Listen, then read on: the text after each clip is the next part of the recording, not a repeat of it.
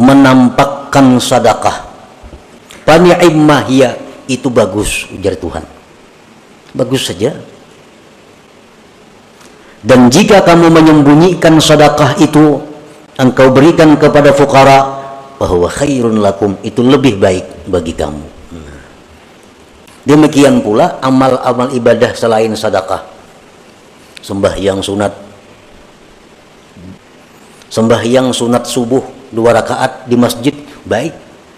Tapi sembahyang sunat subuh di rumah sebelum ke masjid, lebih baik lagi. Lebih baik lagi. Karena itu lebih selamat, lebih sempurna.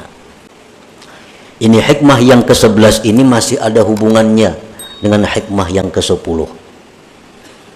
Hikmah yang ke-10 dulu Imam Ibnu Athaillah ini membicarakan tentang ikhlas. Bahwa ruh amal itu adalah ikhlas. Nah, ruhnya adalah ikhlas. Amal ibadah yang tidak ada ikhlasnya sama dengan manusia yang tidak punya roh. Nah, bagaimana caranya supaya kita bisa ikhlas? Antara lain adalah menyembunyikan amal itu. Ikhfaul amal. Telah mendatang hadis daripada Rasulullah sallallahu alaihi wasallam bahwasanya keutamaan, kelebihan amal ibadah yang dirahasiakan atas amal ibadah yang nampak 70 kali lipat gandanya. 70 kali lipat gandanya. Amal ibadah yang kita sembunyikan itu lebih daripada amal ibadah yang kita kisahkan atau kita nampakkan. Maka syaitan itu senantiasa membisik kepada kita, menggoda kepada kita agar kita menyebutkan amalan-amalan kita. Nah, syaitan ini selalu membisikkan kepada kita supaya kita membuka amaliyah kita. Maka akhirnya kita sebutkan amal itu. Akhirnya kita nampakkan ibadah itu. Maka ditulislah ibadah tadi menjadi ibadah yang zahir. Dan dihapus lipat ganda pahala itu seluruhnya. Dulu kita beramal saurangan kadang 6 tahunnya. Nah, itu 70 kali lipat ganda. Akhirnya syaitan membisiki kita, menggoda kita supaya kita mengisahkan amal itu kepada orang. Nah, kita kisahkan kepada orang. Maka 70 itu dihapus gandanya. Karena kita buka sudah kepada orang, kita kisahkan. Nah, kemudian sesudah kita kisahkan, dalam kesempatan itu, di lain waktu syaitan ini menggoda lagi kepada kita agar dikisahkan lagi amal itu. Diceritakan lagi amal-amal itu. Sehingga kita untuk kali yang kedua mengisahkan pulang amal itu. Dan kita senang mengisahkannya. Dan kita senang dipuji orang atas amal itu. Maka akhirnya amal itu dihapus daripada amal zahir wa yuktabu riya'an, dan ditulis menjadi riya. Jadi mun sakali mengisahkan amal ibadah itu gandaannya nang hilang. Nang 70 jadi 10. Kisahkan pulang. Nah, hilang pulang nang 10 dibalik menjadi riya. Nah, inilah yang dimaksud dengan pama khabiya minal amal aslam wa akmal. Sesuatu yang tersembunyi daripada amal itu lebih selamat dan lebih sempurna pahalanya. Menampakkan sedekah. Nah, bersedekah di tengah orang banyak, atau bersedekah tersembunyi cuma isuk dikisahkan. Fani'imma hiya, itu bagus, ujar Tuhan. Bagus saja. Dan jika kamu menyembunyikan sedekah itu, engkau berikan kepada fuqara, bahwa khairun lakum, itu lebih baik bagi kamu. Jadi bersedekah secara terang-terangan asal jangan minta tangguh aja baik. Tapi kalau bersedekah sembunyi lebih baik lagi. Nah, bahwa khairun lakum. Demikian pula amal-amal ibadah selain sedekah, sembahyang sunat, witir umpamanya di masjid baik, asal jangan minta tangguh aja lawan orang. Sembahyang witir di masjid baik. Ini nang kada bulan puasa, nang kada berjamaah maksudnya. Sembahyang witir di rumah, di dalam kamar, khairun, lebih baik lagi. Sembahyang sunat subuh 2 rakaat di masjid baik. Tapi sembahyang sunat subuh di rumah sebelum ke masjid lebih baik lagi. Lebih baik lagi. Karena itu lebih selamat, lebih sempurna. Menampakkan amal bersedekah di tengah orang banyak, atau berkisah-kisah aku memberi ini, membantu ini, nyumbang ini, berwakaf ini, itu ada faedahnya, bahkan banyak faedahnya, dengan niat, dengan kasat agar ditiru orang, dicontoh orang. Itu bagus. Lawan kawan misal, aku tadi bersedekah situ 10.000, niat kita supaya kawan ini menuruti. Nah, kawan ini mengikuti. Aku tadi bersedekah memberi si Anu 100.000. Kita kisahkan lawan kawan, tapi niat kita supaya kawan ini bersedekah juga kayak kita. Nah, itu bagus. Tetapi bila mana selamat daripada riya, selamat daripada menyakiti, amun nang diberi sedekah tu inya sakit hati dikisahkan, nah kada baik lagi. Nang diberi itu inya sakit amun dikisahkan, inya kada ketuju amun kita kisahkan, nah itu kada baik dikisahkan. Jadi syaratnya 2, bahwa ibadah itu lebih baik diterangkan, dinyatakan, dizahirkan. Syaratnya 1, selamat daripada riya, 2, jangan sampai menyakiti orang yang diberi itu. Qala Nabi sallallahu alaihi wasallam, man sanna sunnatan hasanah fa umila biha kana lahu ajruha wa ajru man tabi'ah. Ujar Nabi, siapa yang mensunnahkan sunnah yang baik, diamalkan orang dengannya, adalah dia pahalanya dan pahala orang yang mengiringinya, mengikutinya. Kita bersedekah, kita mulai 10.000 di kita. Yang lain menurut juga 10.000. Nah, berbaik. Karena menurut kita dapat pahala sebanyak orang yang menurut. Nah, ini faedahnya kalau kita beramal itu terang-terangan. Ada orang lain yang bisa menuruti kita, kita dapat pahala juga.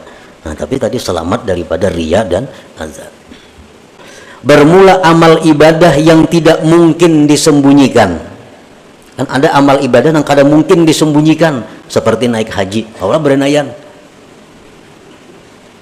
pasti tahuan orang.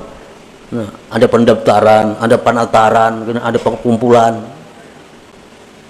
Wal jihad, seperti berperang fisabilillah.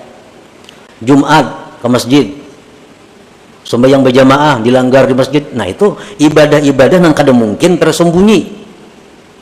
Yang lebih abdal baginya adalah bersegera kepadanya dan menampakkan kegemaran padanya untuk memberikan semangat, dorongan kepada yang lainnya.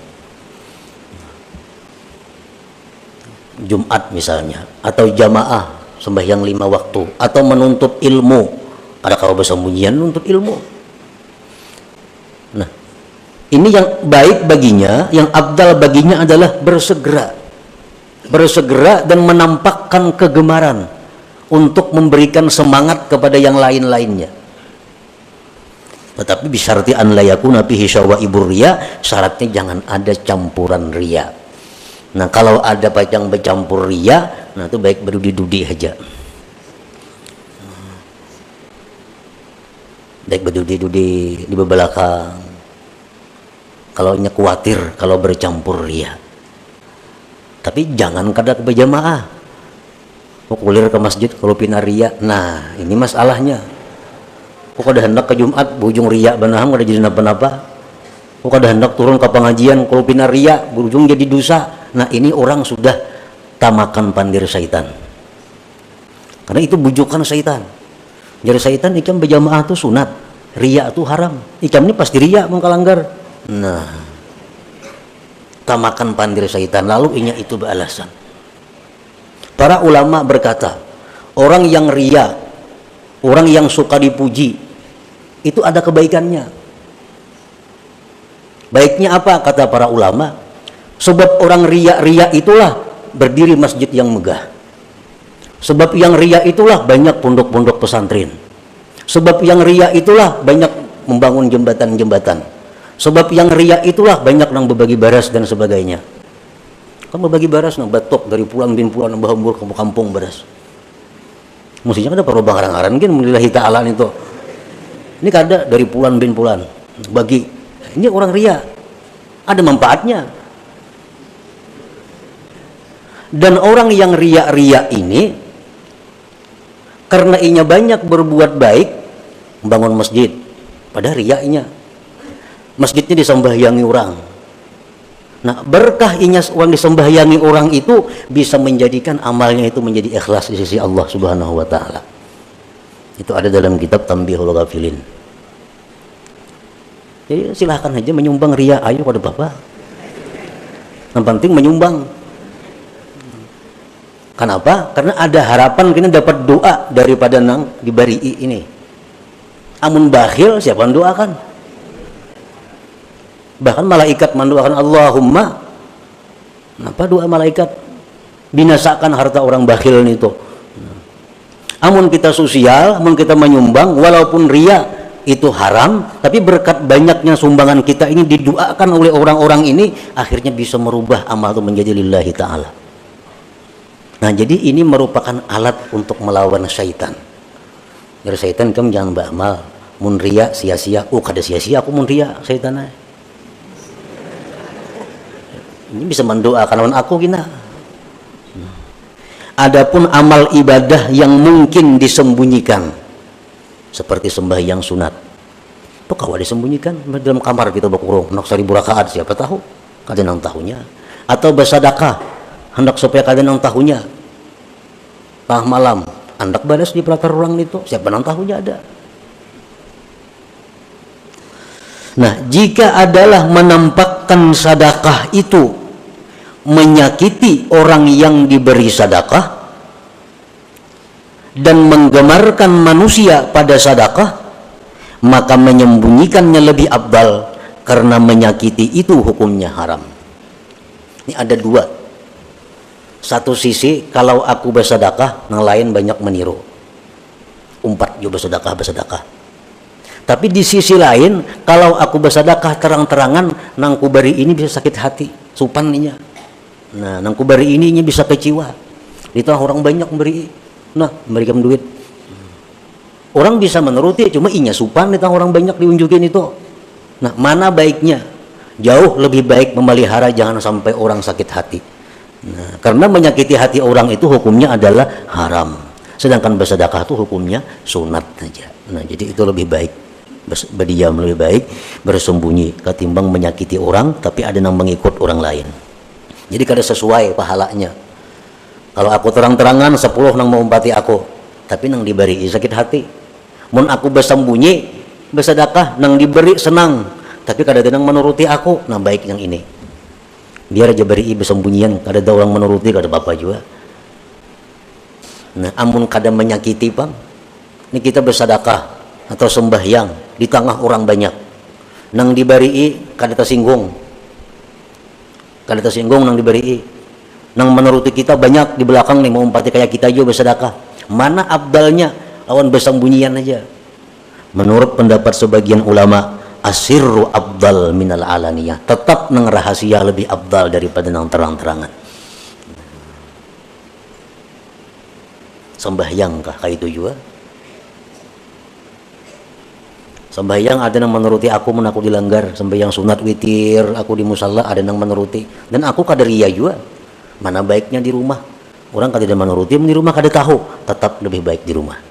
Nah, ini pendapat satu kaum. Wa qala qaumun asirru afdal minal alaniyah.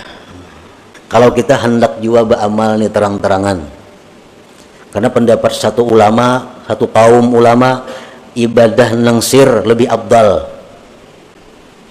Ada pendapat lagi yang lain, ibadah nang terang-terangan tuh lebih afdal, amunnya kada riya dan kada menyakiti orang. lalu inya beribadah nang terang-terangan. Ini dua tugasnya. Pertama, bahwa dia meyakini bahwa ada nama ikut. Amun aku nih beribadah terang-terangan, pasti ada nama ngikut. Nah, kalau kada pasti ada nama ngikut, jelas sudah baik beranai. Nang di Pandiri ini orang kada berduit, jangankan na bersedekah, hari-hari aja lah pak. Dikisahkan aku tidak menyumbang masjid 10 juta, hati supaya mau umpati kita, maulah kayak itu. Kan kada cucuk, inya urusan makan aja lah pak. Bagi sana apa niatnya lawan orang ini? Nah, jaka yang orang yang kita kisahkan ini orang kaya juga, orang yang berduit juga, nah kita kisahkan aku tidak nyumbang 10 juta. Nah kita ini ada sangkaan kuat, ini kawan nuruti, kan duitnya banyak ampunnya. Nah itu satu. Yang kedua, bahwa orang yang beramal ibadah secara nampak itu mesti selalu mengintai hatinya agar jangan sampai masuk riya tadi. Ujar pengarang ini, sedikit sekali selamat ibadah yang nampak itu daripada penyakit. Orang nang menyumbang terang-terangan, orang nang beribadah nang mestinya kawa disembunyikan, dilaksanakannya terang-terangan, itu sedikit selamat daripada penyakit. Dan keselamatan itu pada menyembunyikan ibadah, pada menampakkan ibadah itu daripada bahaya-bahaya yang tidak kuat atasnya orang-orang seperti kita. Jadi ujar pengarang nih, orang-orang kayak kita nih kada kuat bisa menahan godaannya, menampakkan ibadah itu bisa kena suka dipuji orang, bisa tersanjung dipuji orang.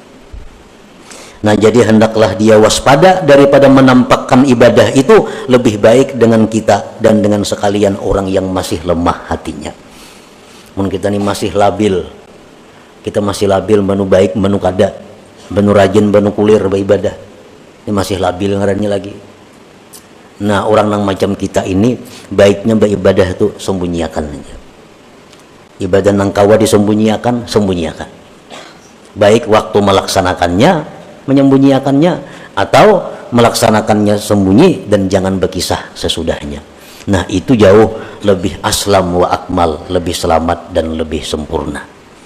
Nah inilah sebagian daripada yang dimaksud dari perkataan Al-Hikam ini, idfin wujudaka fi ardil humul famanabaka mimma lam yudfan la yatimmu nitajuhu. Dan masih banyak lagi selain daripada ini syarah-syarahnya yang menjelaskan tentang hikmah yang ke-11 ini. Yang kita bahas tadi adalah merupakan satu bagian daripada macam-macam keterangan itu. Nah selanjutnya hikmah yang ke-12. Ila hadratin Nabi sallallahu alaihi wasallam. Al-Fatihah.